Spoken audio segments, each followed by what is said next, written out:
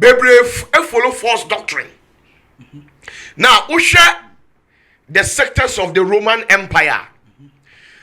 Ubon say amu doctrines and omu bibiano. It possesses sun deities.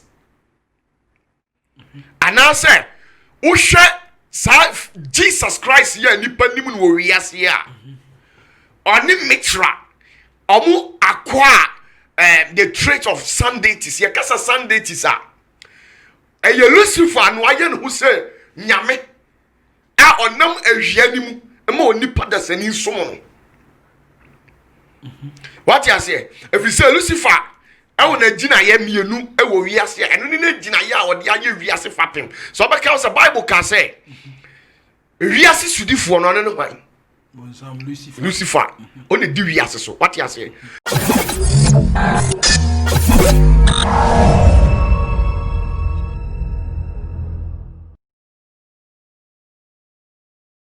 Right, abusuafo mo bibia kwa baba Kumasi online television. Aha, na ye fiada ensam na doso. Kofuku ofie ha asana the CEO. Danny boy, watna se otna na konya kase enu musedia. Ensam na ya tobasa. Abusuafo ni nyina wo ha.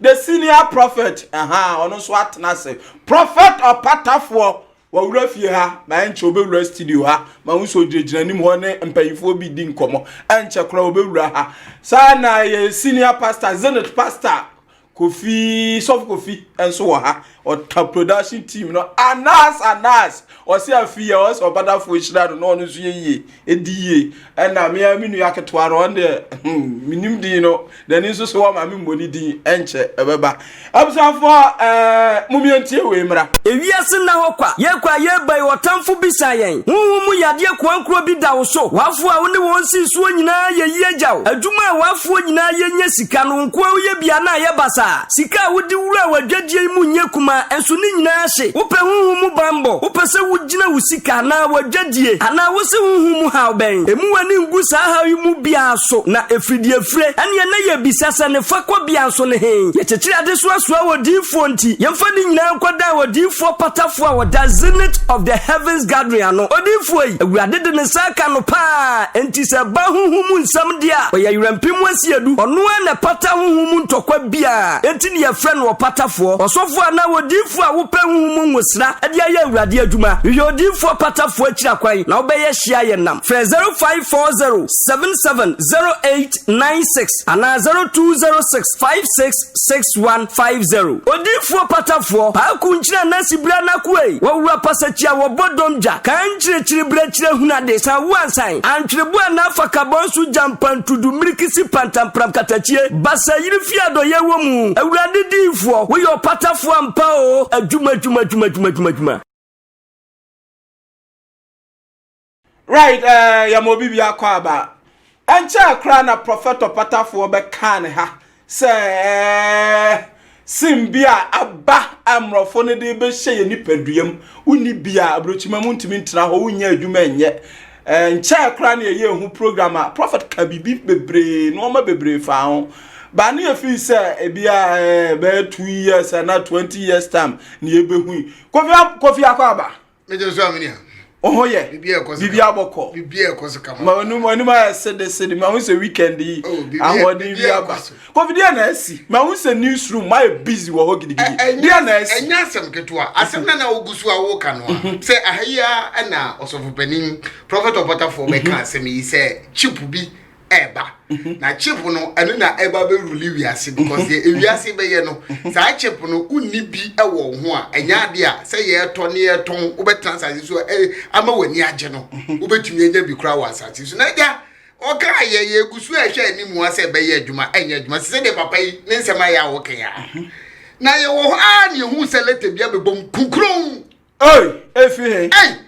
Na me to me boasi hwe letter no a de nsa hye ase e UK Prime Minister na order letter Right Honorable Boris Johnson o se den to bo na bo no to fama ye o se den na asem no beje onsam Covid na ase di hu me se beje onsam di asem na aba dia all can ye what your letter dia koma obi bia o ti UK sisi a se next year 2021 January eye bosome no afini mu bosome na di kan no afini di anima yeku ye 2021 ya ufri afiye wo mu a yeku sim ya bosome ye di kan ye January and what you let ye ko mo bi bia what UK sesi ase onhye ne so na aban ede nchihye fufuro bi ede egu akwam na won kan nchihye fufuro no a ose aban se efri sa January na ekono Danny, hold on. Danny Falata na to so mami. Aha ko dimiti yo. Mr. Na say the okay wo mami. January ne kono.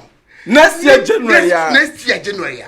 Nipa bia oti UK nhye ne so say. Sa chip na opatafo, prophet opatafo beka no a ni din ede RFID. Chip no. E wo say obi a oti UK bia tumi bomodin akwaji sa chip ni bi. Dia ba no no. Ai next year 2021 from January. Hey! I was so beauty can be a man who quine. Ma otimi kwaji chip nibi. Et will catch Obia say, Obia mama de non conquer apply. Tisa, who your MP, member of parliament, our here constituency be so. So who follow under Asukwa municipality, mo constituency, mo MP no. A daddy drew a choleted the Alpha command say Anna Prime Minister Eddie Abraham. Na chip now was see applying. Miss may apply some Mr. Bede ever come there. When now can I buy force? And shed the more beauty UK. No, just said the prophet can say, who are you beyond to mean now? Now, only more margin a territory. Or say, no, I would this some adults who we are saying. Or more we are frosters. Omo we internet cyber crime no ewo ho na omo the technological means atry so betimi ahunu nkofo etisa but omo try there na so mutimi hunu nkofo ni nyina na se nyame ya adum na utumi enya no kwam se nyame ya adum unya sa chip ni bi hye ho a escanu body ni nyina ede ma omo o baby omo baby a o hye o no wo yere kura da o kura yere se u teach ma ana u di body bi pe and I'm saying, Ascanu body no, information where they ever call. Dear baby, no.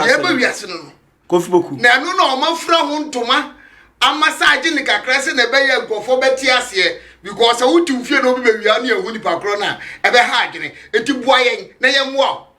It is a would to be Jimmy Shaw one, and Uba Buama, Obia, or person or do bonny, and a person or how oh fear baby, I won't know about what wait to go Winnipacrona. And to almost send it beer.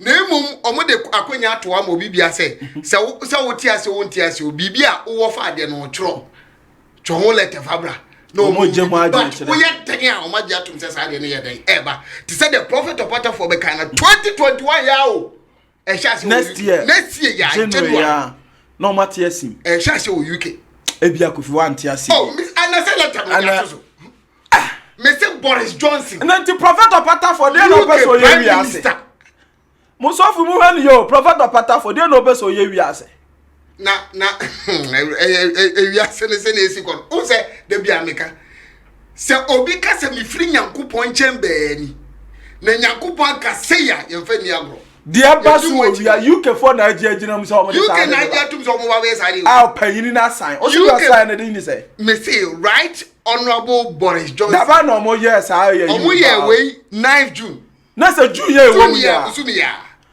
Everybody who ya mobo. I know issue this letter. And the citizen be our UK. That's a real no eba no. It's free now kwa the UK for ina bwa 2021 January. Oh GB.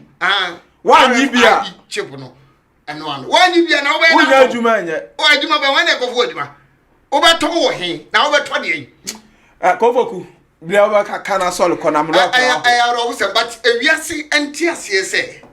Nyankopon ni mrepa mu no oyi obi si wo e de ma wiase na eno ene yenya prophet opatafo a ono na Nyankopon nam no so kasa o kan we da ba nje you anas we mum fra prophet mra nje you but ye ene yenya ho le kofi mo fra no mra anas mo anas ntwe mra na me de e na nro chi abeka asem na no on wa call Orlando visa na ye lockdown yan ka beka say prophet opatafo ko ra akọ ye ku bi also lockdown is obi eduba as on the Boris Johnson baby hey ani bring some ya see there yo. Asemu. Kofoku me da ase, me nka o dey trase. Prophet Opata for we, on wura ha ne ento aso. Abusa for twa ye ba esi a.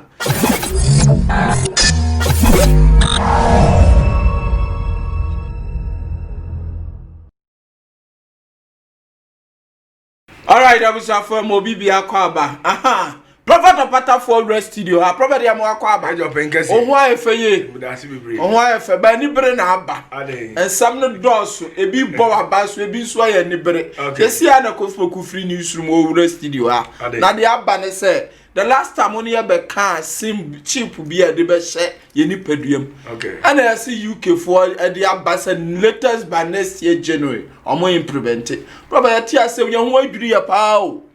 Prophet Opata for uti bibi say ya wo be ka asem bi say na within short time ukura UK kura menya sure say wakọ hoda lockdown be so kura plane bi entu ni maka say ya wa biti ko akadani kura be ka na ko ba say ya prophet wo be ka asema just January year be yan 2021 omo be implemented prophet Opata that's be one thing I was in the bia hun say ade free nya me nsem bia ye ho hwenye yi se nyankopɔ ka sese ya obede na me metimaji wanchinye ntina ya mkacho so say me nya type a me rush e wo nyamedwuma ho me wa abotre ma nyame asem and nyame nkasa ya is very hard for me say me ba out say me be preachy because I'm not that type to me ka asem na so obi mfa ya na me hwe ni sia no say say ni power and am painful say we wonya chimba sa na de ni ti o enti we adan ya beba and we all must embrace it say ade na ba na de ya ba de asa na awiye na eba no awiye nyamba prophet Opata awiye nyamba yo bibi we ya wo say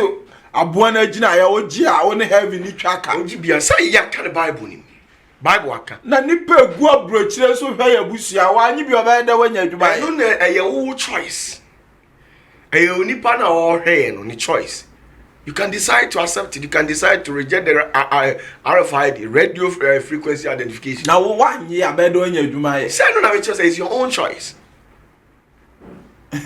ya simo opa beji opa wanya dey na wanyi a wo ya det na omuman and na me kire say your choice o ni mi tuwe mi choice am ni te Ghana mpapere so yi mako UK onko it is all too free say wo nye dia so otu ay simple menye matu to anyway what you say na wo ni bibia prophet e ba say nyame mie kwa ma ne ma obie kwa obebie ni say o se maka me ntam se me urade mefifa me ma efira manamam ade wo se oni pa bia edition ni trim no onu nyame na aka ni ntam se obefa ne ma baako edu mo efira manamam eti ensohwe ne amane bia beba bia onu nyame de waye nhihye de ato ho no ma ebeboa ne ma so ade ase enti se bibi se koba mimi se mu agya ne so anu me mfa ho enso anu ni ebisawa wonka ho asem yi enna kramba ya ayi fueye ya na asese enso anu no na ho nsem te sai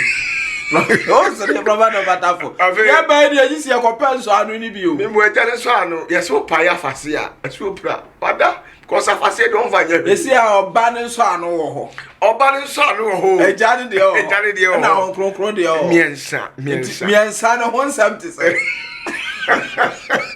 Prophet Opata for ansiro adi bru sam na ho se sanu na sanu mo de ye dey na nya no ne oje ya no isi ni pe bia anti ase se wiem ni ye dey ye wo no u be fast anyoma agro bo wa sa beto atu o na no se urade kirema de bi na me hwa ade ni wie no ena na mbetra na me ka se we de wa hu mi bie mu a bye bye no if you said you're not spiritually ever buff physically no who some could have ba fie ha nye easy what you say enti onipa bia mpre obenya sofo oye papa sofo oye papa edi nachi dem de meka kire wa no no nyame nam sa sofo no so de nso anu be ma wo e so sofo no so ni ma rekode de ni mu nu nyina am ba bia mo kor mu ko jem straight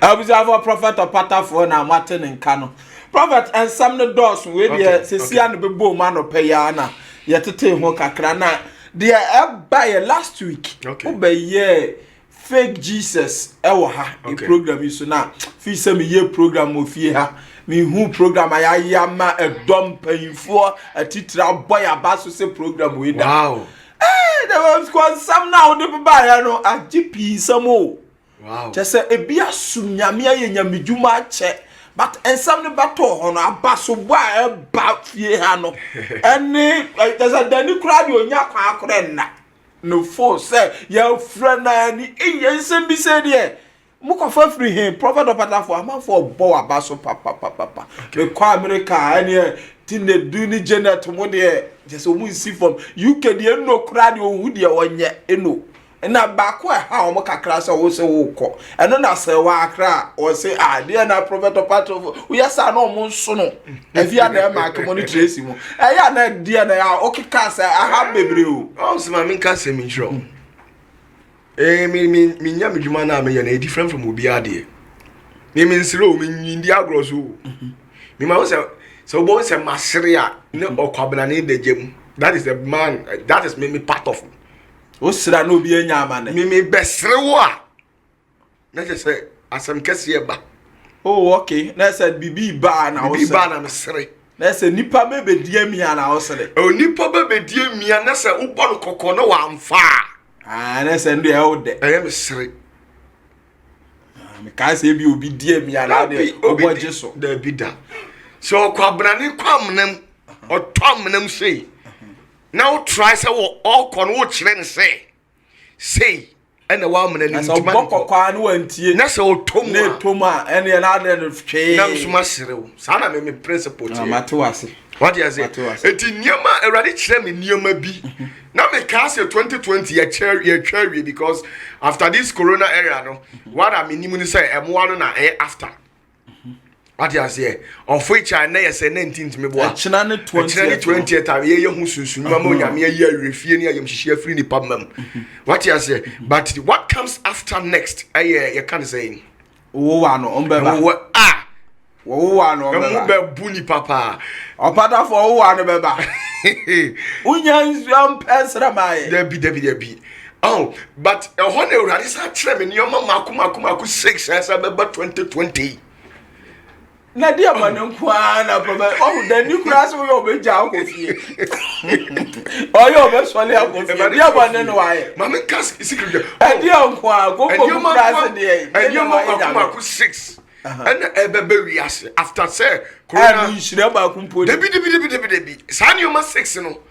enu na urade bie so kire me one me kaaye me hu wie na afa me kodo say nka me mfiri wiase ena na wo kasa wo ko me ko unimi ahwembi ne ko why because onza me mbre na so mbre na ya ben ma kiro say eno so kra no do me nkra makra say one oh ma me eno so niska eya ka no blue ska it's not about money na nyasa me ko because wie wadwuma wane ka kire eno so wie na all the friend sika nko a ka kira nse kofi ka kira papa say sika no hia on kan emre ni sika na ja me ko eno na anim say say difo say no mba wi aso mo nche wo de ye che kakra wada na le say me una me me time ana na wo wi ojuba no me beba ba kika ni ma me nka secret bi nchro asime ma catch order da ma chro me ID me nya Messiah but me tete adifo no mo wan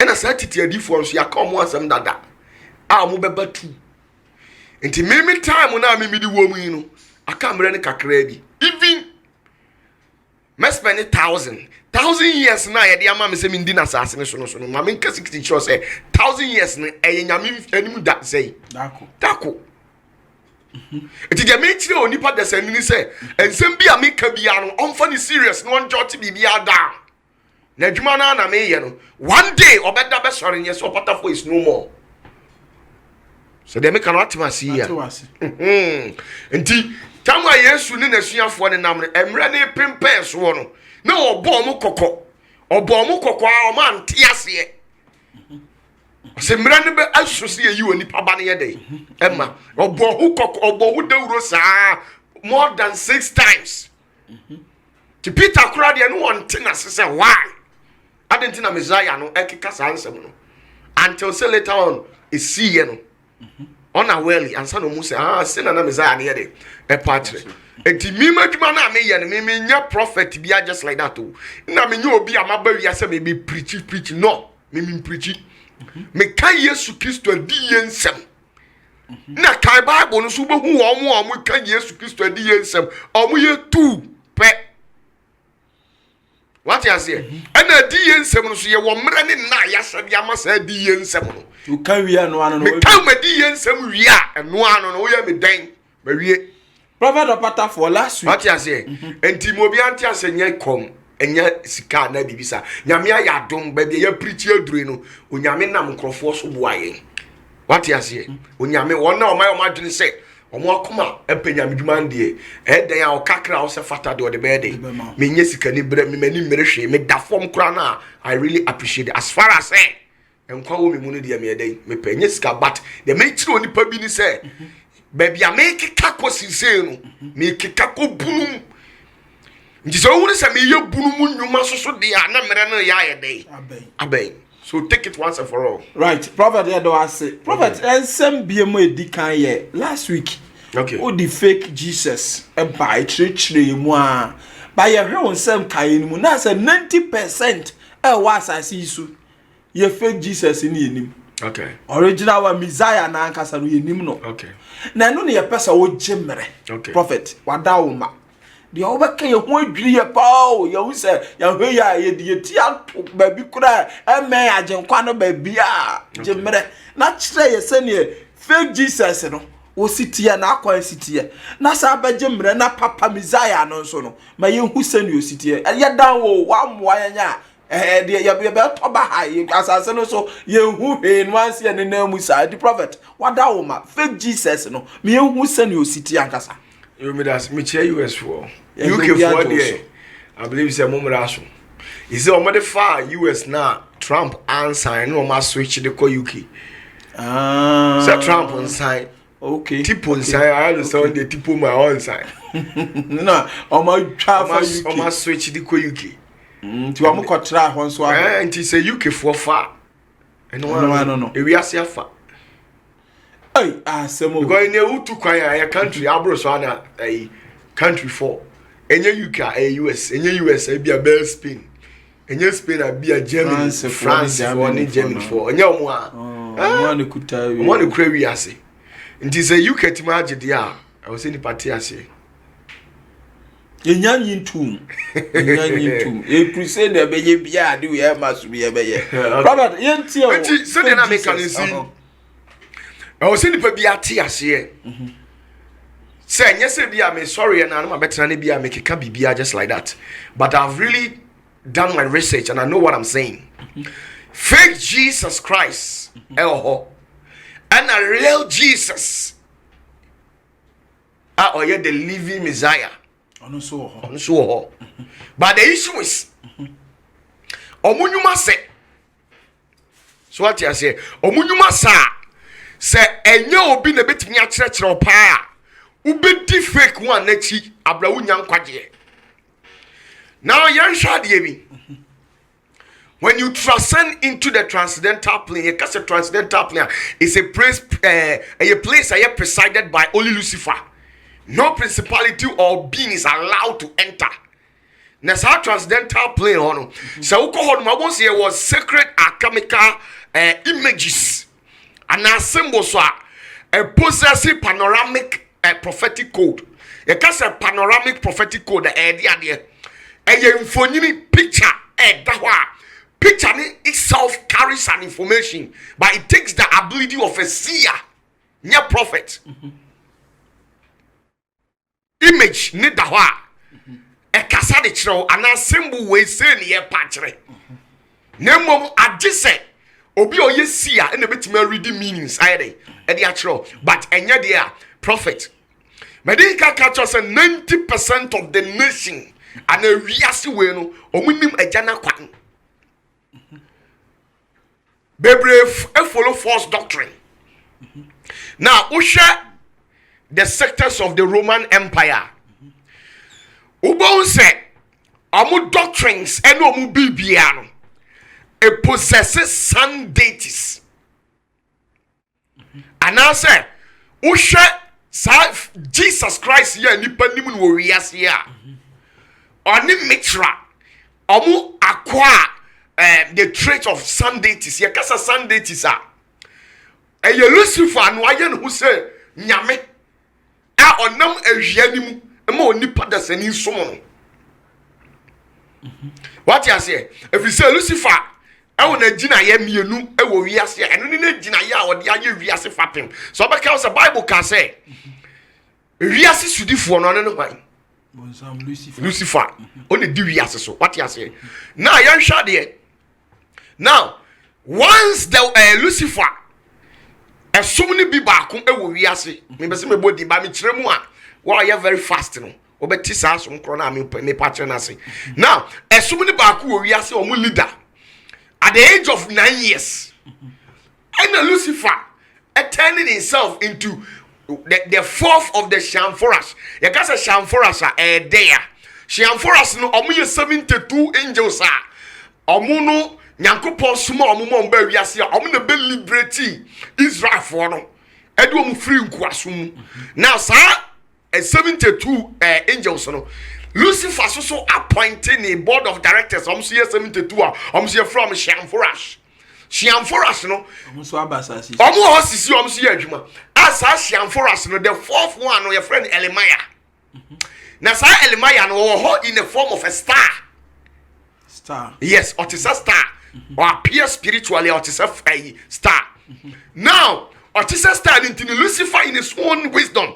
And the saying who said say Messiah ni ba wiase a eyen suruma e na be kire ba bia wo if you say obi anim say Lucifer o yesia Lucifer hu ade die good enti a Nyankopon ka say yema yani na ho say aboa wo no it is because of the seer ability of Lucifer so hu ade otimi yes Lucifer timi perceive information go deep ehu de ebesi otimu sa wo ye boshe ba akwa ye wo na ba wiase de sie no obeye no wa counter wo di nka wo anim what you say any otimu say we de nka wo ba wiase mfaso obi ama no so nti we de munye ni sei what you say o possess such ability it is said ya sa leader no clot of blood e wo di na yamu no see ya no ana Lucifer timi hu say we or the bibi say the ba wiase et Lucifer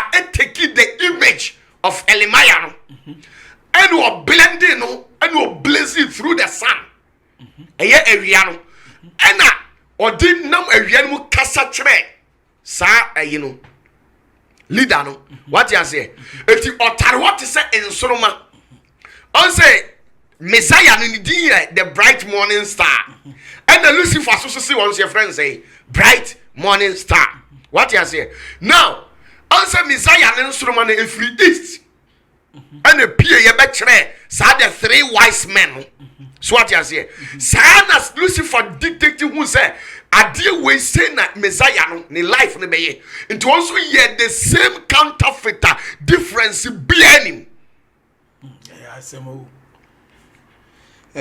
papa what you say anybody didn't catch now say quite ben your fast you Elion Adonai, Yahshua Mashak, and no, you can't say Yahweh. Yahweh was a name given to Moses by Wanyame. It was a covenantal name. Tell them to say Nyame frel. That's how you Nyame frel. Omao apam din. Or the mouth say, "Una unkwana yede freme." Into most say the onya yeah, covenantal yes. Okay. What you say? Good. Now you shall there. It is a leader. Onu so no. Elimaya no. Our yes angel no because leader no nim say Lucifer himself will pick sa Elimaya no there. Leader no be hu say spirit na on ne kasa no. Eye nyame ehoho because sa angel Elimaya no ye nyame bofo. Ontimi leading it there astray. It will take you on any image on any form or transfigure you on any form to say so star. And I oko pie free east. And our mass leader ni say. Sa leader no ni covenantal name. Our the mass leader no. E ye din say on frame say. No mom omu si asori a. Omu for mani nchire east. Omu peje o mani hwa awia ne nsoro ma na eba no. It you, Prof. And that was a covenant. And how are Lucifer a deceiver leader? No? What you say? Now, it is a leader when no almost sector no almost influenced by Lucifer. Also Lucifer Nigeria dey too. Yeah. Nigeria they are violent. Also Lucifer is violent because he wanted to rule the heavenly realm through pride and arrogance, and who are successful man and were taken by violence. What you say? To trust him. Now, Oja Nigeria ye one. And this is our leader no sumu. And in Nkrofu ebedi na chinyina. Oja violence. Adi jao. Adi simu. And then I na sense so the any Nigeria de. Asemo prophet or patafo. Meet you. What you say? Ena ochire omo kwan ye omo nsinye. It is a covenantal name no the man leader no. E man leader no the bar out no. Blah blah blah. Me meka. Odi anka ja ho no na. What you say? Blah blah blah no. Now sa Elimaya no. Onya sa Elimaya no sham for us fourth one nyo no a. Oh, okonoti from the 16th ray. Nyo no a. By Lucifer and we blending who fairy anim. No, yes, I know my covenantal name. Say na mum friend. Deceive you. No, did deceive you. No, Janet Jinaye. Jinaye. A chile, to trust some. To trust some. And what deep picky woman. As some no bar star. Nina Bible mo. It's your swat as it. It's one as some pain or more yasia. O ma chance so de ne star ensonoma ati ase wo ahwehwe ati ase ne uri amema kwaye wayo unioma Elimaya no ne hwe the meaning of it as it kire ho no munya sa covenantal name na Lucifer. What you say? And now enti owie sa sector ni wie ya wo capture ho no isi o munyina follow sa Lucifer abadwen say ye de ya nyame kronkron ba Lucifer no mudi na chi say enye eja no de enye eja no fa na gira yem fa wiem onam nsurumam odi obeba ho ba bi eja ne de ye fa nyina ye be mo achi. What you say? Eja ne fa de yem fa nsurumam ene Nyankopon ka kancho se kokutu na sorry peja wani fa hwa nsuruma ansa no hu da ti wo mo ye se ni nyina ayira o mu nyina prophet patafo asemo wajai ba kun ye be hu papai ni abro yes dom dia chire she audio da nanom penso me your friend me say patafo me nkase obi si o me na me say me say that name na ekura wo mo no eye name it coming from Elimaya or ye the fourth in the 16th connotation of the 16th ray I a friend Elimaya name o mu din covenantal name our sister star or star na Lucifer pejai me nkase obi si o through the sham forest itio. What you say? And to na Lucifer so switch here. Do switch here and we called the empire that time. So Roman Empire na na ho no. And Lucifer also blazing itself through sun. Through Ariano. And what the chira wo mo say? Onu ne Messiah no your friend Yeshua Mashiach na Jesus Christ na mo believe no. So onu ne Messiah no. No chiro am say onu ne Messiah no nemom so obi ba hwehwe na ade se wo hwehwe no edi ni fa awianim efi se wo hyeren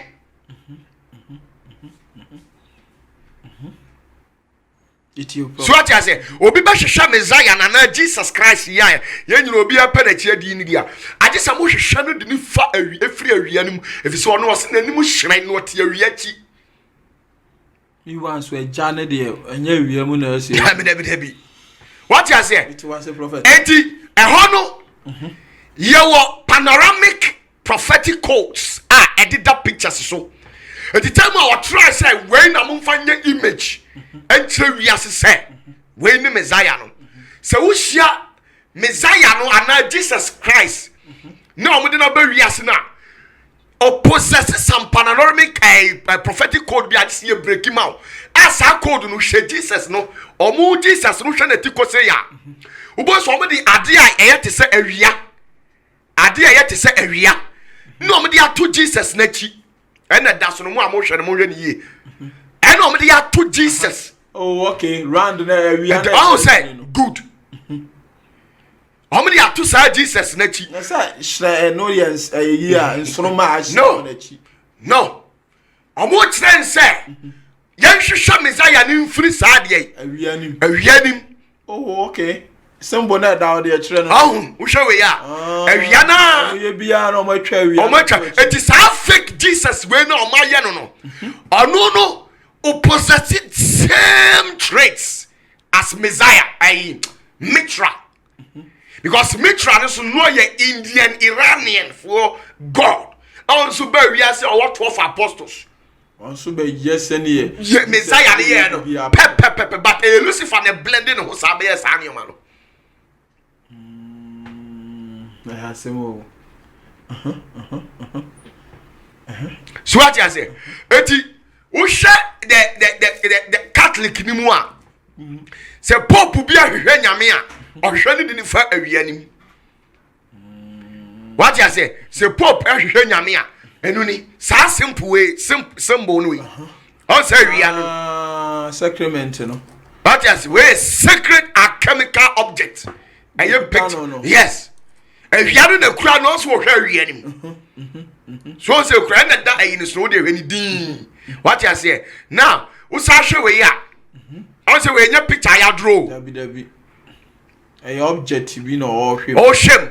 It is our object na o hwem na oni ni awia no say cross ni so. Enti onu ni ne sa fraternity no enya me na o de na ba out na o say onu ni Jesus Christ no. If you say wona ma wiam e de ne hu han atu wiase. Ti no say Satan ye no say de ya.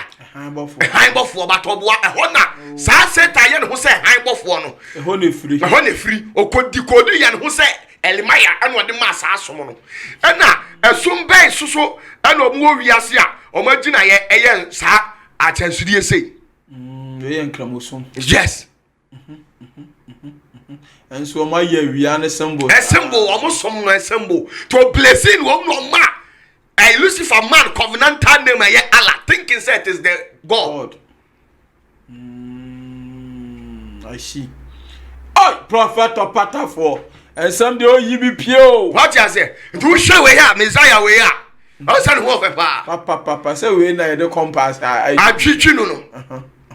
So what you say? Who show the way you sit here? I say omunyina no panoramic. Ewiane the domatico. Who say why you two? She say two kitano. Who say two so okura no. Sa two no ye na gina ya kese ye wo wiase. Eno no fake Jesus Christ no. Eye som kese ye mienu e wo wiase. Eno no Christianity and then Muslim. Yes. Two na se chire no. Oh, okay. Nti na gina ye mienu akese tu odi esi wiase. Nti the world the enka under normal circumstance no enka a Muslim bia no ana Islam means peace. Asundue. So Muslim na say no. Asundue what you say? But does the name reflect their attitude? Asisa kakra. They make what you say. I'm not against anybody. We are all learning. Yeah, kan asisa. Na insen kura na eja eno ma bi first in the nje kura. Ba ye odi emfensi wa. Dabi me try wa de we kramani bia no wo hwe wa ne bubefu. Min ka say. Ayen kire na ye. Sa metewase. What you say? Enti wo sha wajina na jina ya no ya violence no ode asi ho no aba pick Christianity no so a ya fake Jesus we ni ama omo no no ode pride and arrogance because ana Lucifer tie no ode adua Christos mu enti a Christofo ma no pa dwane a hantan a Christofo me so be nka so obi say o ye twa prophet of patafo to mo mu di fake Jesus we na chi no omo ye dwa but No. Wo di agro be gu ya be twantro. Na mo twantro to nkrofo so nya asori mo nkwa asori. Na mo nkwa asori a obi okwa asori bia ho anti no di. Di Kristo. Na Kristo. But onye Messiah no ba. To oye wade a enye den. Nkano. The Christians no omo life, eto omo pastors no omo nim hwe. Wei no omo di akire. Sa fake Jesus yam de natural and sunuma we na ti kwa ya twa ne tu hwe no. Lucifer gina ye odinka ya homaso sa ne ho ofe. On se we so ne ho ofe. Ene efe pa. Et Lucifer say, ono ye bright morning star ne ho ofe. To obekwa kotu agya no. Unja sa ne ma ne ba omu a. Wo ye twe. Se ahomaso. Yehwa de na wo no wan timi no e de no ma ni si wo soro ho Dokwa no violence no odi na tira ye mienu odi we na si hapam no odi we na si hapan na e blaze furious enti wo wura Kristo sumu a na gina ye ho if you say omo eni Messiah no hu omo a omo ye very very respectful and very calm very meek. Now omo ni Messiah na omo di tu show ma ya no fe bright morning star we so achi no ene e show omo timi o si ni tri nwi kura ne bo de nchen wa brabo Kristo ni timi kasa asem asemo prophet opatafo de ekono no prideness and arrogance.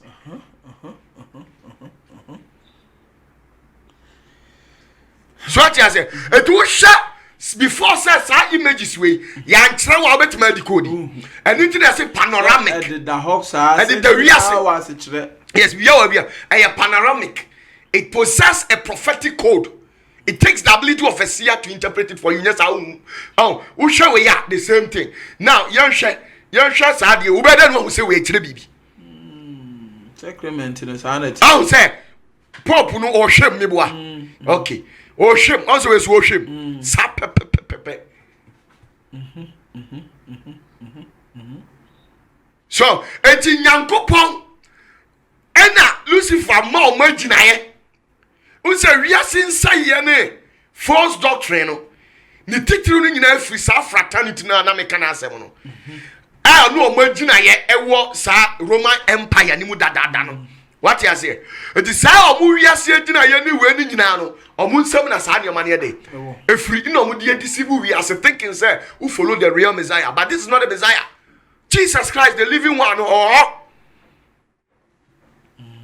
Ntine nyame nkopon wo punishment omo di sa ehia nyame we achi ni nyina no wo punishment o de be mo omo sa aye wo cancer da omo nyina unim no ignorance is not an excuse. Prophet opatafo we ye soma ye dananu ma be ye ne ye di akire utie enu nyame be twe ya ntina wo ko ba bia de ba wiase ni de ba wiase omo a omo di sa fake Jesus we no ene ne nyoma nyina achi no ye wo punishment wo ho ma wo Aye. Prophet opatafo yes aso twe da ho ma wo aye wo ba aso twe ne so what you say enti onyankopon nam na difo so ene ne nkrofo so e kasa kire wiase e bokoko so omo nhwo omo huye e wo saa nioma we ho na ne beba wiase be disibu wiase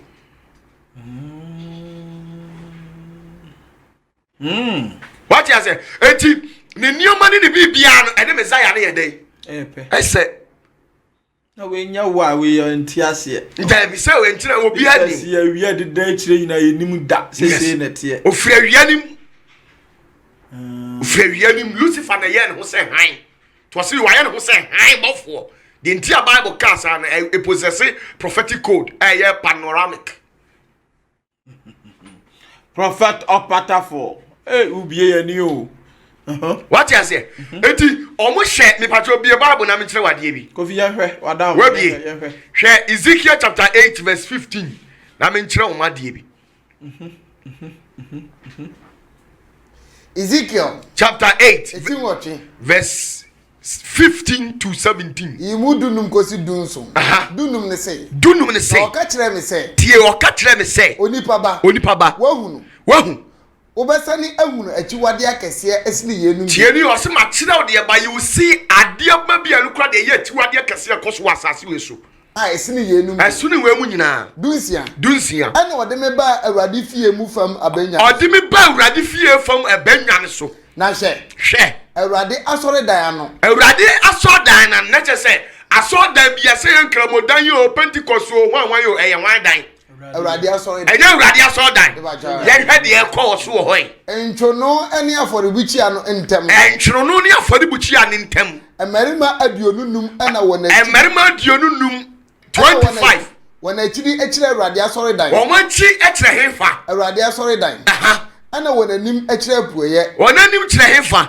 apueye brofo ye hen east meboa na east ne awia no epie firi hen east wa nya ho na firi esum be na omo awia so omo de omo so dan ani chire east na omo sum so omo pedi omo ani chire east kramusum okay to aso apueye ase anim chire apueye no omo nim chire apueye na all sorry owia no sorry de ya owia asimu kai to aso wase say o ka kire me say tieni yo o ka kire me say onipa ba wahunu eye harema yuda fie say eye harema yuda fie no yuda fo hene no no hwan no Messiah no meboa Jesus nti Yesu ye tro na ni tutu sa de we ni yuda fo de et eye harema yuda fo de wo mo si nyame fie eye Kristofo ene enkramofo o si we ye nyame fie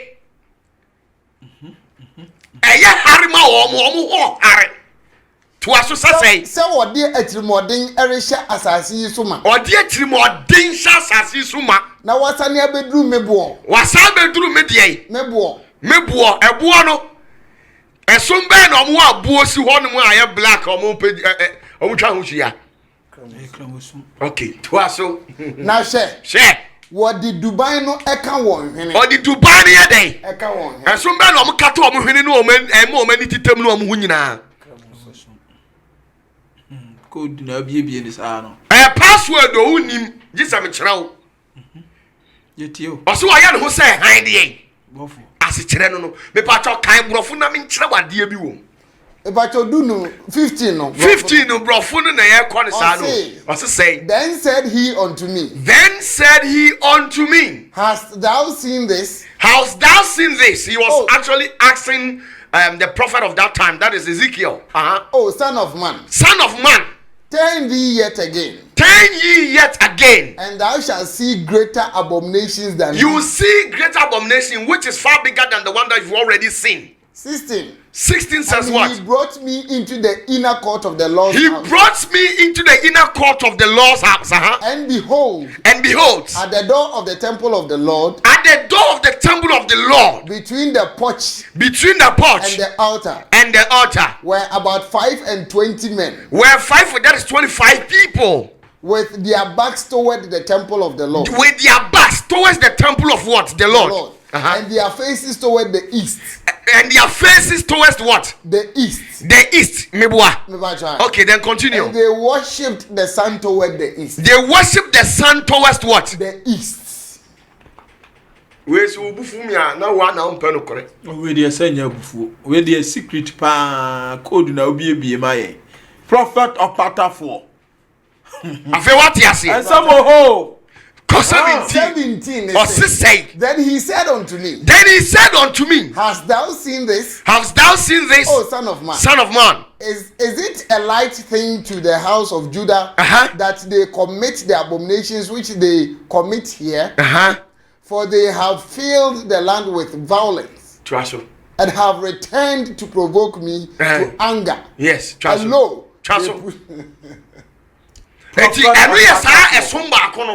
Ehonsam no. Omodia no. Omosom east. Ehwia na Lucifer no ya criminal guy. Asam ye jeri no. Gidi na fa free. No. Gidi Lucifer no ya violent dada. O say Lucifer pepper o pepper ya black sarah. I see. Eti na wo mu abeti ase Taliban ni ka he. Akida for. Akida awon ya hefo a. Nkramo for Moses. Good. Ebisi ye good pa o. Ye tu asa dan ya papa o. Good.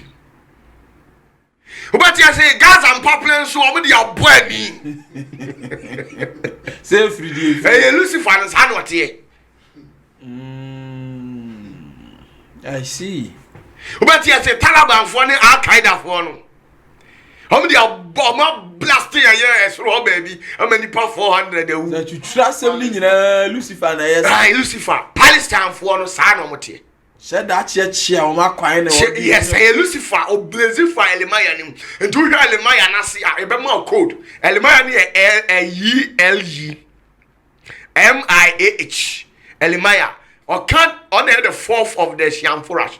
Shamfurash near 72 inches no really we as. And in the 16th ray, how no preside the effort. Now, the day pan Allah. The dino. Nti Allah na nya urade. No. Dan ye be hu Allah. Tell me dan ye be hu Allah. Tell me dan ye hu Allah. Why mu na free buy? Say jamimu. Dabi. Why mu na free buy? Nkramomu. No, why mu na free buy? Muhammad ana. Good. Eti Muhammad, a covenantal name for nyame no. Ene Allah no. Good. Oh, okay. What you say ye nyame din fufuro bi different apart from Allah? Dabi. It is the covenantal name for Muhammad. Allah. What do you say? Na Moses. Also covenantal name for Nyame there. Yahweh no. Oh, okay. Also you na your leaders o. Fenu Matthias. It is Nyame fra wo na o wa pam a. Just say asase we su no on fa na pam mani pa basabasa. On said no. For master. Be ya kase. So ka obi na every you. And you know also do am bantam. Oh, any for genuine ones. Oh, eti Muhammad covenantal name for Nyame no Allah. And that covenantal name Allah was given through Elimaya. Or ye innocent.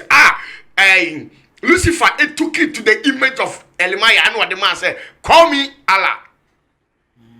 Or see as a child say, or say near me. Many also a Janyankupo, Krunkru, Nini, and Otini. So they know, said this is how it is. But yeah, I tell you to certain level of consciousness until we know everything. And to what the side to Diana, you are the engine. Temodia, Munya Jet, and Maswani Muso, Mudia, we are see a copy of what they are Muslims. No Buadio. I know Kasakra, Babaya Kutu, Muslims ni near Savona. Aho brasie bi osi bu ne kunu se ne kunu wo sikao oni sikao obuna de timo de ka ho brasie a mo de ya na mom atutu asam ne de me de achemo akisofo mo de mo pam ho asam mo ja ne de mo nka bi hu na mo de sunsumu dwa fitai ye ba Christopher de no dwa na ba mo so e ma mo adwene nyina ne prophet mo de no ye de eduru a oboso giro wododo ya va ya hode no fa ewura Bible ni ya Christopher de no enti ye hwe Jeremiah chapter 8. Hey, prophet Opatafo, they be all the ba. Asemo, Kofi Yare, Yanko. Chapter 8, verse 1, 2, 3, 4, 5. Ativi asemo, osi atemuo no ewuhye. Atemuo ne de. Ewuye. Baako. Ebre nimu no. Awurade asem enie. Awurade asem nie. Wo besa Yuda ahemfo nompe. Na safo hini nompe. Su nompe. Asofo nompe. Ehemfafo nompe. Ese obi tikuma so online no esi wa ni nompe ye dey. Eka ho. Tuaso. Edifo nompe. Ehemfo si nompe. Edifo nompe. Edifo no su nompe. Edifo mo asase su si o mo su nompe ka ho bi. Ye hwe. Eni Jerusalem fo nompe. Ehemfafo. Jerusalem fo. Na tese nyame ma na o mo so o mo hwe nyame ma no. O mo hwe nyame o mo su nompe ye dey. Eka ho bi. Tuaso e. Everyone adamenem. O ma damenem.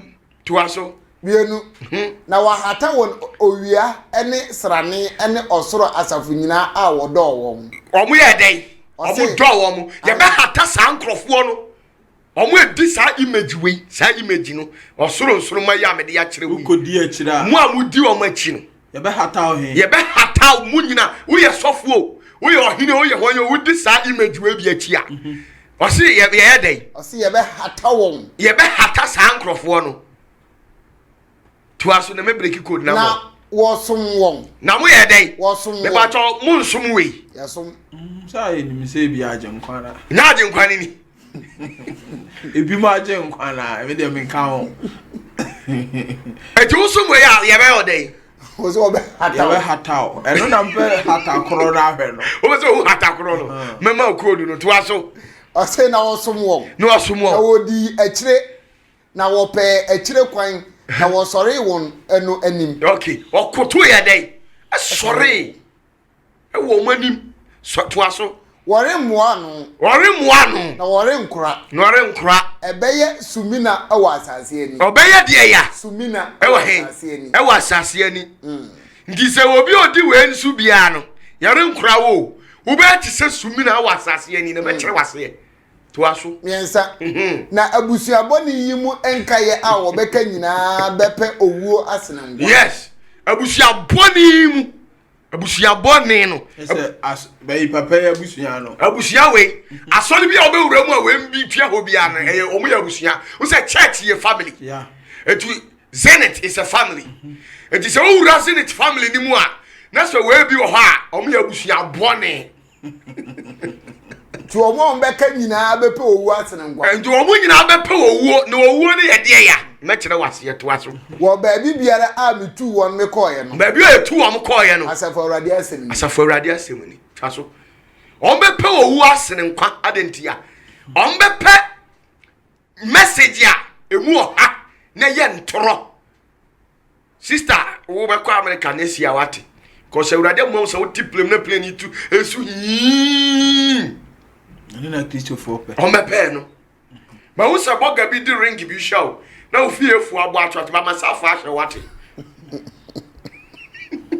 owuo bɔga ikuro ɔbɛware so ɔkɔbu akum so ɔkɔ de wunim owuo na ɔmpɛ ba nkwa de yɛmpɛ nkɔgye sɛm na emu ɔdɛ no ɛbɛma ne kra efisɛ sɛ ohunu no kra na onye ɔgye ma ɔde ya okra ɛno de Jerusalem fie for Juda fie ɔmo mpɛ da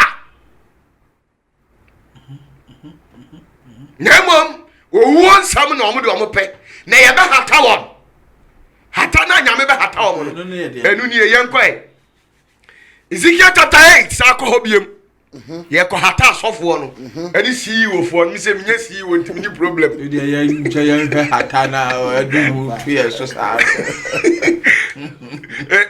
Tio Before so kan. Ezekiel chapter 8 wa bie bɛbagya kɔ 18 ni yɛhwɛ hata na yɛ hata wɔ mo no 18 ne se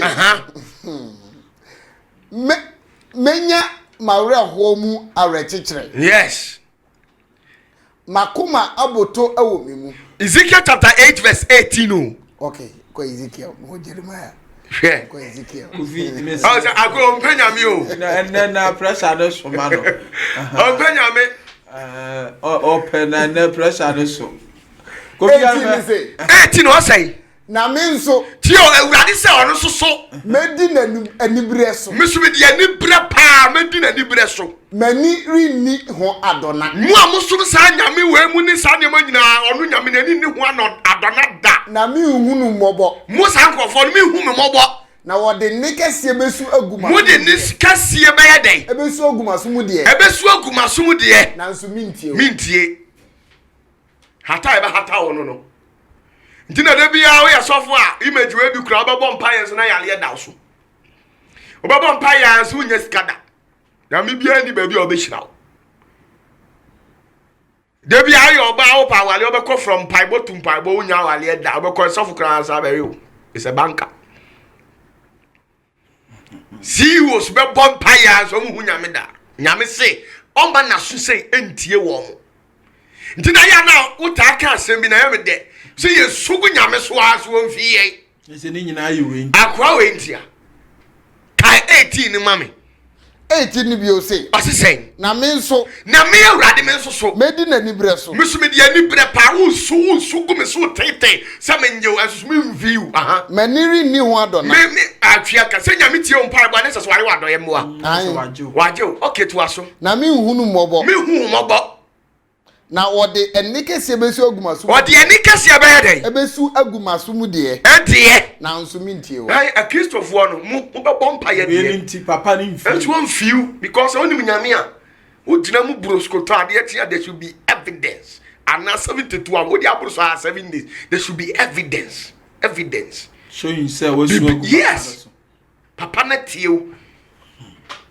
prophet opatafo asemo nti amani huna Christopher amani atia omuko eyaba panyan omunyina ewu eye omunyina akwa we papa no husa wudiwe na chana abufushi chana abufushi wudi wa chinti na husa Christopher ni majority wo problem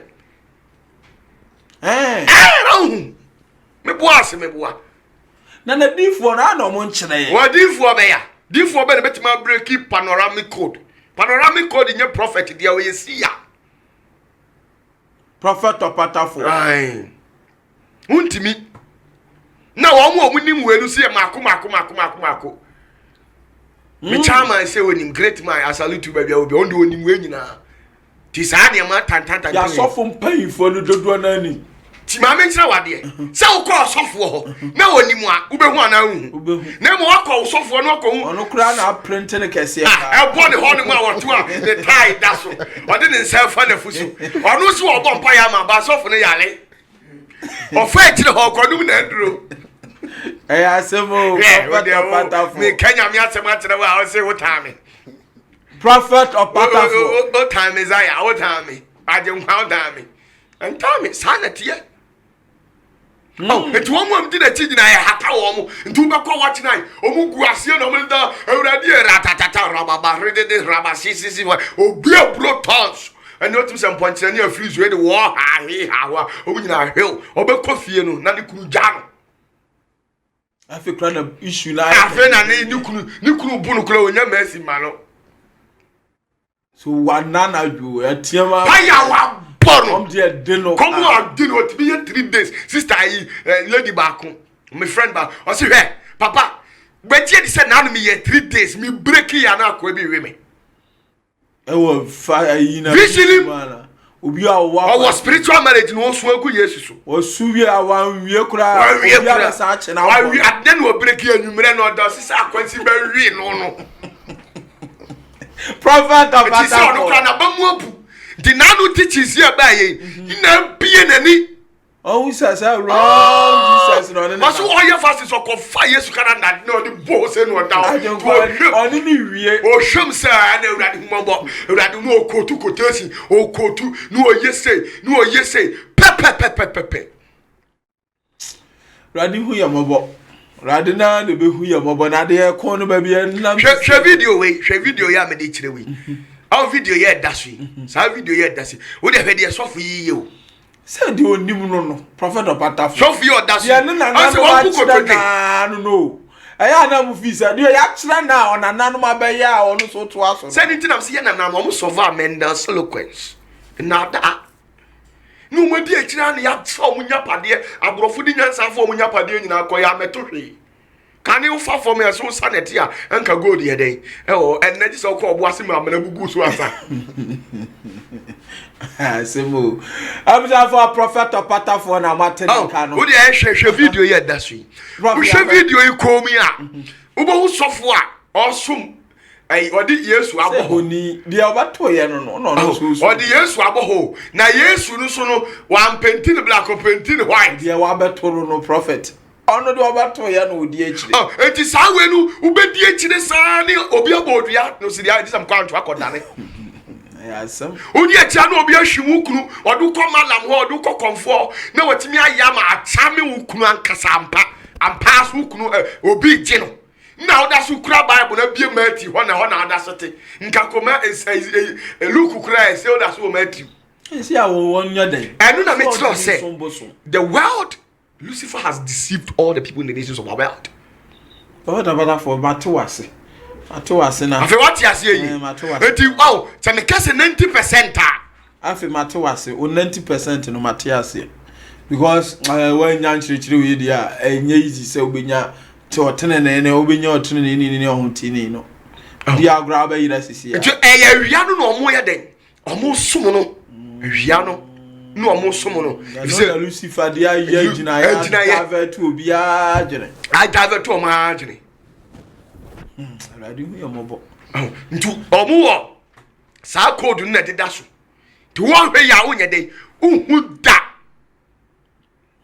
ntu onsa ukai sa ayi a quotation ya kan ye Jeremia ho ya also say you the fearful o ka sofo ka hemfo wan ko obi a so munyi obi a so no obi ani na momu no samre ni turu ha be hataw to bompa ya na push na nko you get no ntina obi wa so many people believe say Jesus in your real ti wo so aswitch no agi na duro no ko ba bi no ye na asori if say we di Yesu achi ama stro kache no we di Yesu ya chi ama mpompobo ne abona ma na no wawu hwese obi di nyame achi tuata je bibia so de bia afibia no we ko afibia no we ko afibia no we ko it tells you something tiane want na ho ma ya nya de yenkunu no afa ne baby no adjoin in secret court or ko ne baby.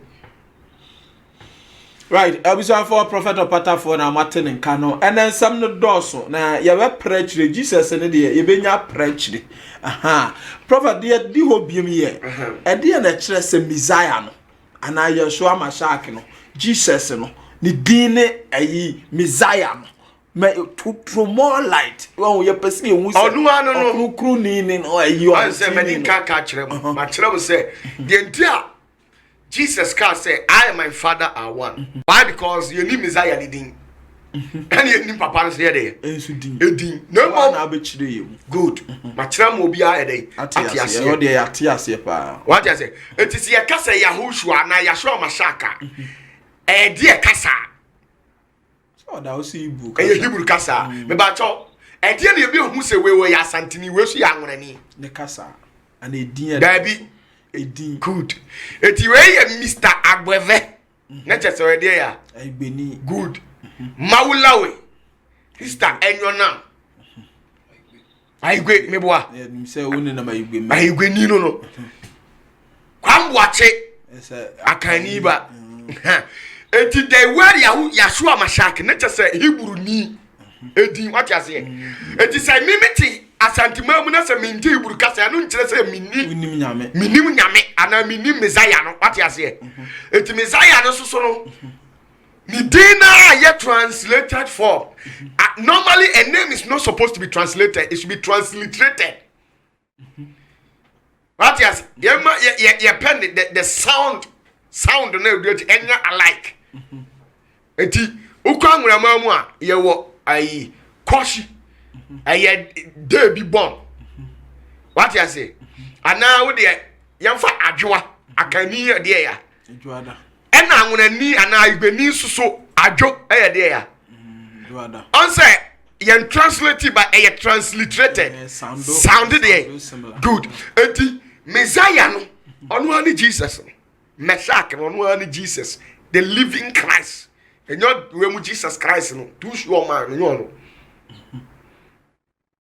onu ana ya na se kire ni Jesus Christ no no a said the yes your friend yes because who call Israel onim Yesu bi abi enyo munim Yesu omunim Yesu akanfo na kan ye ka Yesu timi ka Yesu eno chese mi ni Messiah no the same until now share John chapter 1 verse 41 the same John chapter 1 verse 41 the same as Messiah. But your 41 they say 41 or say ono ana ohunu ono ara eni ni nua Simon kane okay na okachire no say yahunu Messiah yahunu de ya Messiah na nchirase ni Kristo no fe what ya say kobrofo no brofo no o say but you say 41 he first findeth his own brother Simon okay and said unto him say we have found the Messiah we have found the what Messiah which is being interpreted the Christ afi what you say unsa de wo the Christ into Jesus the living Christ and you Jesus Christ the Son of God Jesus Christ the Son of God eno no nye Messiah no ano eye Yesu Kristo we awia ne ba no we the son nya SON SUN the son of God ono ni awia ne ba no ene da na chi no fraternity musanity in the name of Jesus Christ the son of God ewo Yesu Kristo awia ne ba no na mahu se wo de Lucifer na ofre nteno me awe ese kasa no kra no wan hwe ne ya receive na say tone and you walk in the name of Jesus the living Christ also ho Yesu otiasie no oh those one we ni bibia say ti wo hwe ya wo follow we no na unim na hwe we no so wo hwe mi tiwe na me kasa mi ni Yesu ni akwa we ni Yesu ha na ye begina to ye begi o se wonye heavy we ni aye ne fefe aya se bo rade we mobo papa nti sa na aye wiase no nti ono ane Messiah no but so nti na me shada nti won say Abraham time no munim Yahshua Mashiach bia o so uti dem but oba ho as Melchizedek ada wa na be break code no mai obetena ho to say Melchizedek etu kai ayi sai kai we ne yanko Hebrews na me chiro ma de John chapter 4 be John 4:25 na sa kai ho bi and so sa confirm me Russia hono 25 John 4:25 what say but you say Oba no say no say Oba no okotu Yesu subura no krase no say minim se Messiah wo frɛ no Kristo no onim se Messiah a ye frɛ no Kristo no eba onim so wate onu kra onim so agye nkwa na eba na so oba ono na oba kyerɛ ye ni nyina ono be kyerɛ yen ni nyina kwampa no to busa senti de di adanse asa wo oni Messiah aka 25 na wi eba try brofo ne say the woman said unto him I know the Messiah cometh. I know that the Messiah is on the way coming, which is called Christ. Which is what? Called Christ. Not just a Messiah on one day. Christ. Atuasi. Afei jampo na ko Hebrew 7 na afei mfa code ni tato. Na mi wie no. Na de ye body tata no bi akohwi. Hebrews chapter 7 verse 1 downwards to 3. Chapter 7 verse 1 downwards. Ekro. But you say, Atifia sem osofo pani Yesu. Osofo de ai? Pani Yesu. Tio, na te se Yesu ho asem no mo ye dey. Obeka. Na Yesu so ono no hwan no. Osofo pani. Enyo ono ne Messiah no. Ba twan. Enti ye hwe obi a ye ka obi ho asem no bate osofo pani Yesu ho asem na eda so. Twa so. One o say. Na sa Melchizedek yi. Sa Melchizedek yi. Salem hene.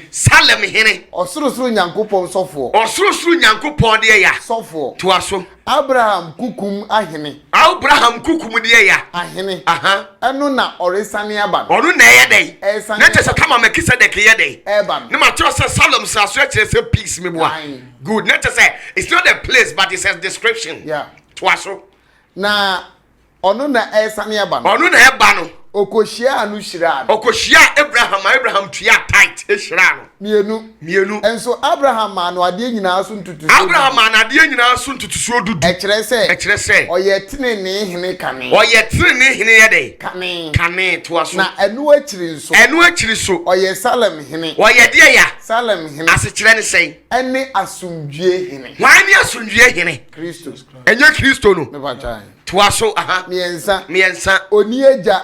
Oni de ya. Eja. Oni de ya. Eja. No na eni eja. Messiah no if you say the Messiah me pacho me manyim wo ba. Na wo akwakofa aware no. Sa akwala na ehemu no. Biologically wo ya wo ba. The Bible says say akwala no ofa yefunda dansa na Joseph ya dey.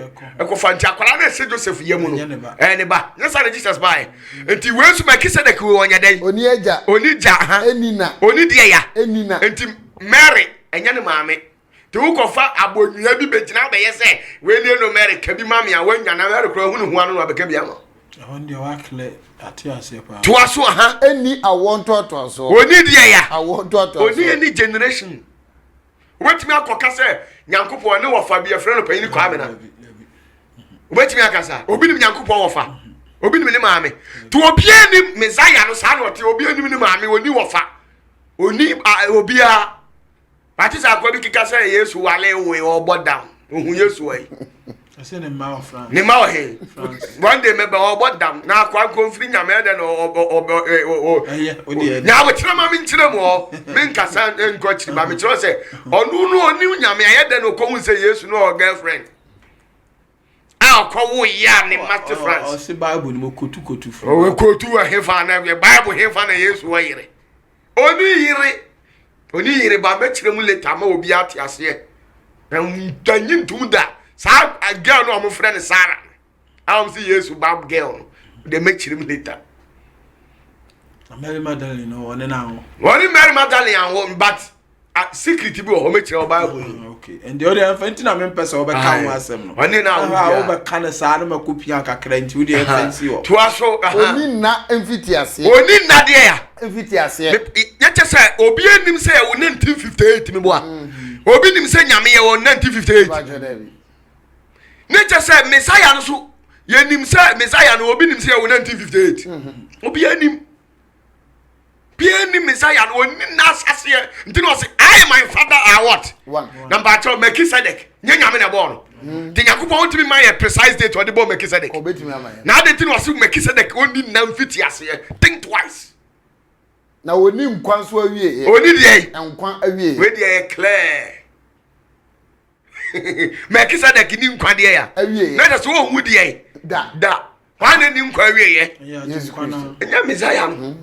Na ha na ede no. How to say? Na wode ne tutu Nyankopon ba no ho a. Wode ne tutu Nyankopon dey ya. Eba no a. Ne ba fefe ye oti wo preach ya.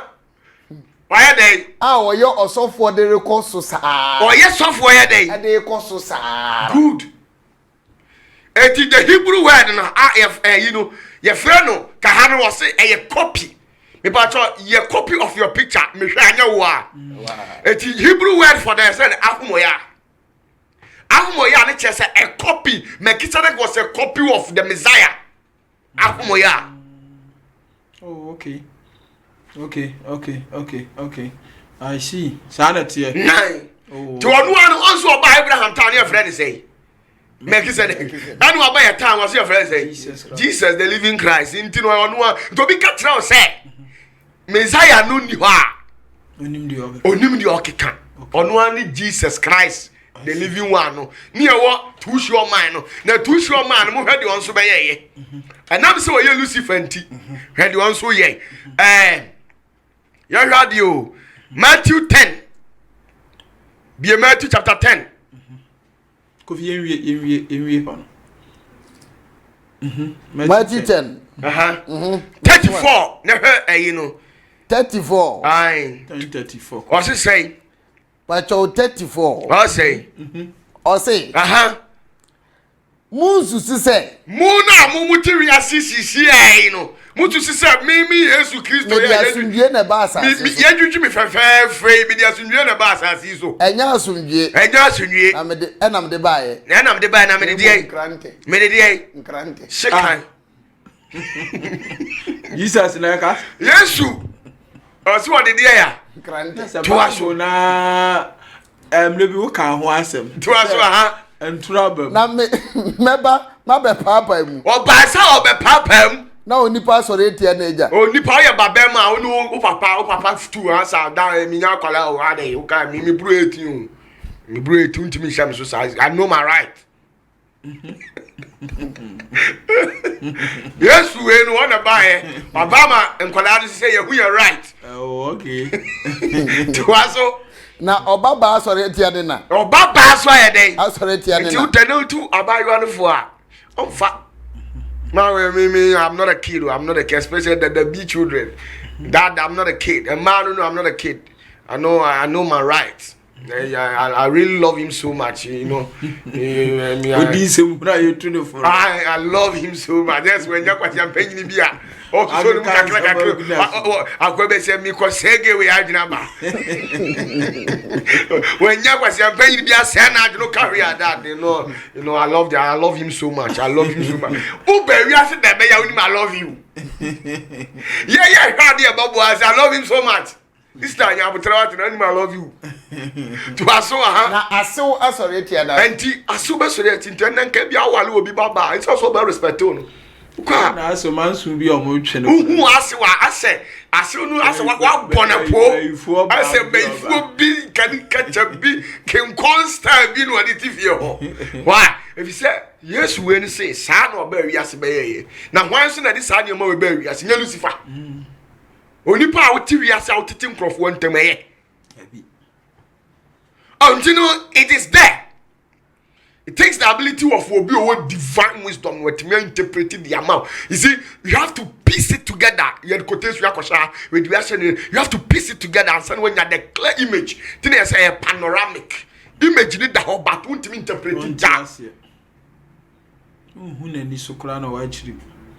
Right, Prophet Opata for ye do ase why are they one hour kwaya mo atret na ye na ekono enye ketwa Prophet dey di wie eno kra dey beda ha last week but na say last week na unsam the doors nti ye timi am wanyi no na wa ba ye monitor ne ye nsole so obi bisa mpanfo no ba akoso mpanfo no we dey na adwene na wa debate wo ho an wa to break ma say online say mu sam di for Prophet Opata for my say oba besia otimi gina otanim e kasa preachi eye nyamedwuma otimi de nsa to obi so pompa e pony deliverance oba atimi yes ade no Prophet Opata for adaoma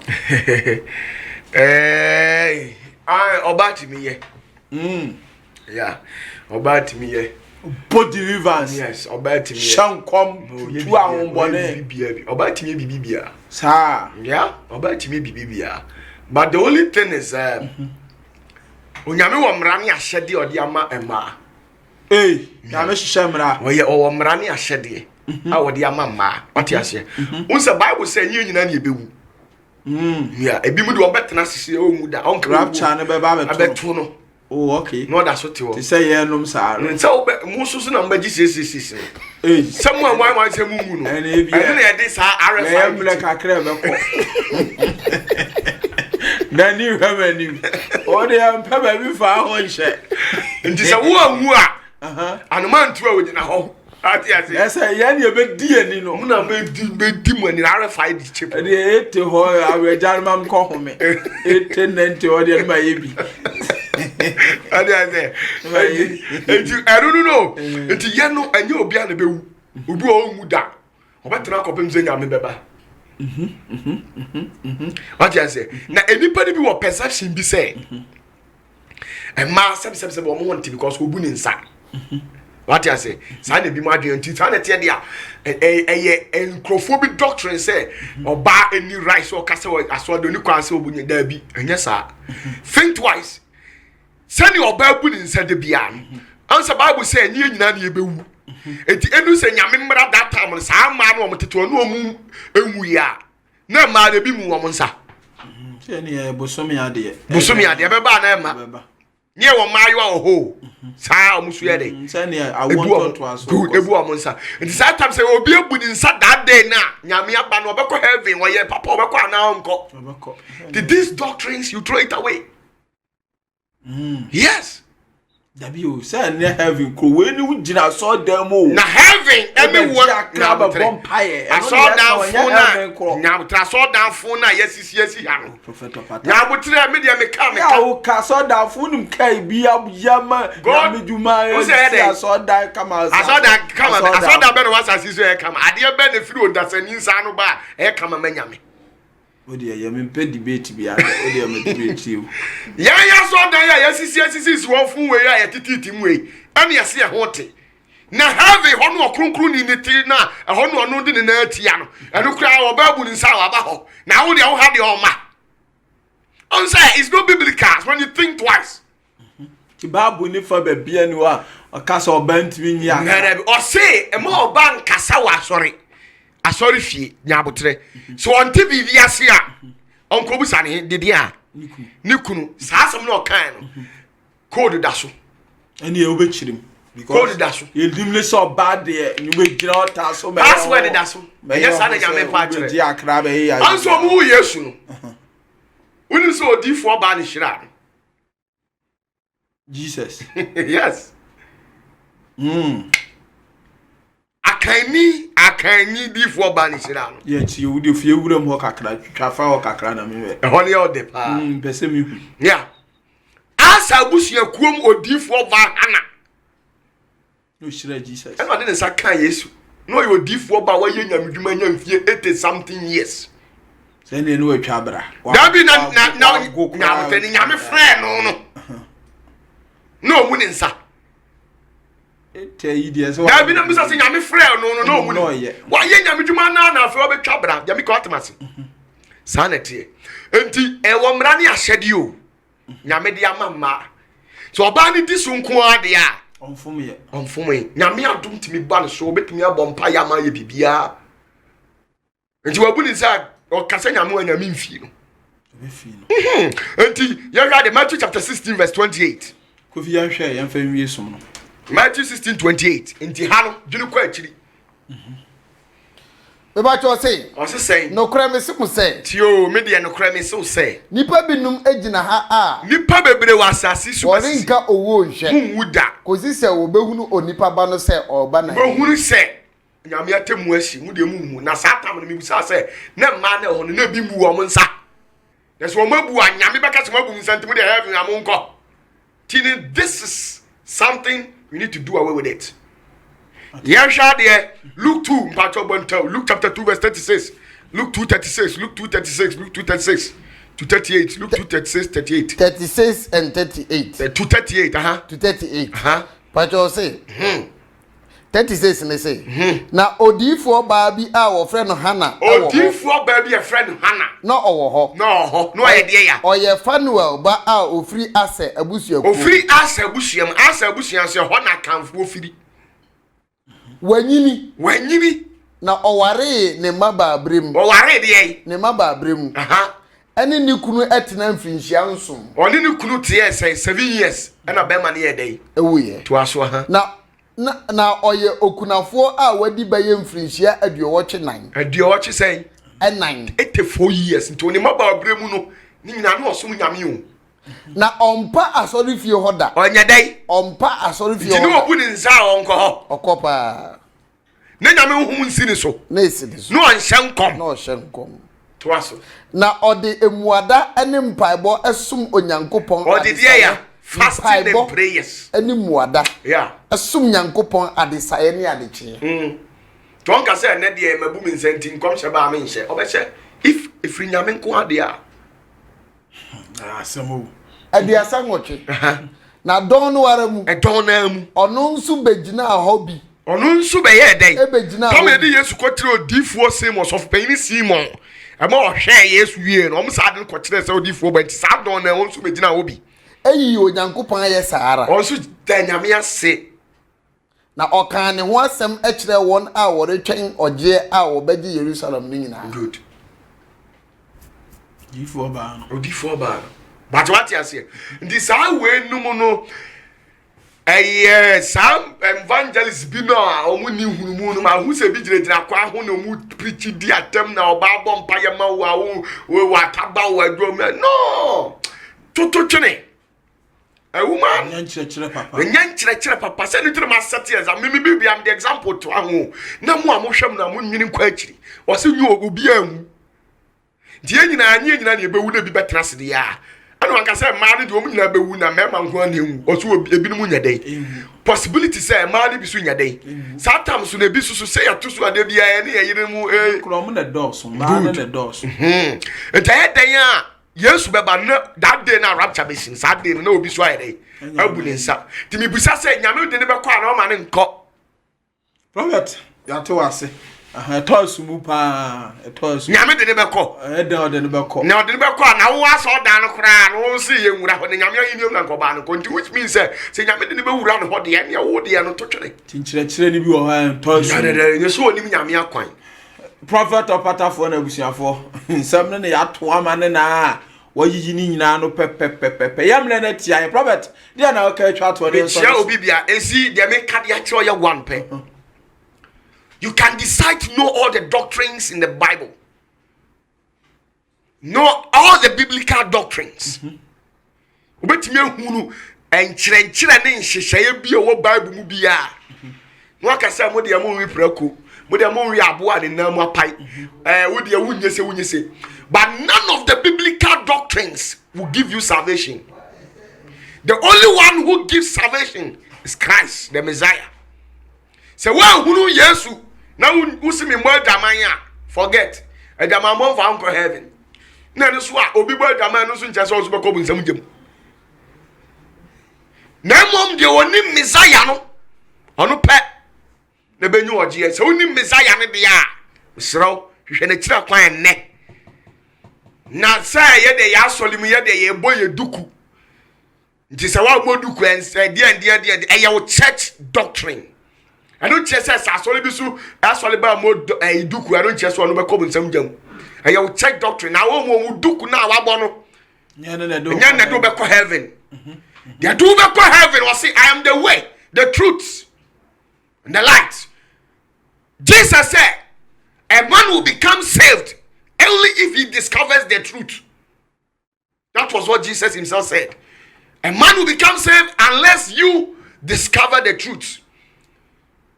So one discover truth in the air and they follow church doctrines. Then you never know do heaven. Timasali de yes and don't try so what's all your papa will be. No mom, you know we are one people and we are seeking for the truth. If only you want the truth, that is what I say. I am the truth, the way and the light. So know the ways of Christ. Know the light. And you know what we are saying. Now know the truth. Know the true Messiah from this fake Jesus. And know the true way, the true path, and that is all. Yamishra, Mechia will be Bia Baku. A lady be Uakra. Okay, me Casima Yadia, me refuse, me refuse number. Meaning, so me video. But more than send me WhatsApp message. Why? And frame me Baunyami. Me catch her say, may I dear the amount, but I dear me saying young can, I feel I'm in Saka. Uso seed at the mommy. But more than send me message. I feel them run as to send me the article in my why. But more than send a message. Me shall only pay be as of mammy a cry. Yamishra, why? Me that's be brand no bumper Israel, many J. Abreza, soft Mama Eva. Me chia as soft one in Nara. Right. Me salutumo, mo boy Juma. Mo boy Juma. Yamishra. Prophet Yada was say, aha, Mr. Jerry Jackson, France, Paris, at Rancunya Foire. Omni recommend or Prophet of Pata, Omun Civil form. Wow. Professor Jerry Jackson. Jerry Jackson. And you say, Eugenie Dina, Obama, so true. Oh, so for Pata Fasawa, on the year, no, I cannot. What you say, any bad, or not from. When you are coming to push, you say, now Adrianis is your now video, nobody did. Wow. Oh, yeah, Chamo. Mr. Jerry, I salute you. Yeah, France and so now, as I poke down for being in the Nama. Okay, can't say, I confirm. So, where you one crying? On I'm saying, Wako. Ah, Obi, about that. Only Muslims who down board and so didn't. Mr. Jerry, I salute you so much. Michelle, we know Miami, Ishram, now, Mom, Obama, why do shin young couple. A dry na Ubiana and Timan Fansanka. Mr. Jerry. Right, we shall for you to see her. Danny Boy, the CEO, and the hotel and the Hakakra, prophet in air trainers, CEOs why you didn't know any day. Sana Kofi Abronoma on Swaka Babana. Sofu Kofi Sikapa, aha, Zenes of Pay, also by boy Jumadiano. Anas and paying for in a go to her. Medin was say Kofi Wonder UK and Yahweh, Yachiam UK for Yami and Tomunka, and then some Tomunka. Young family see her, do BBS, bye bye.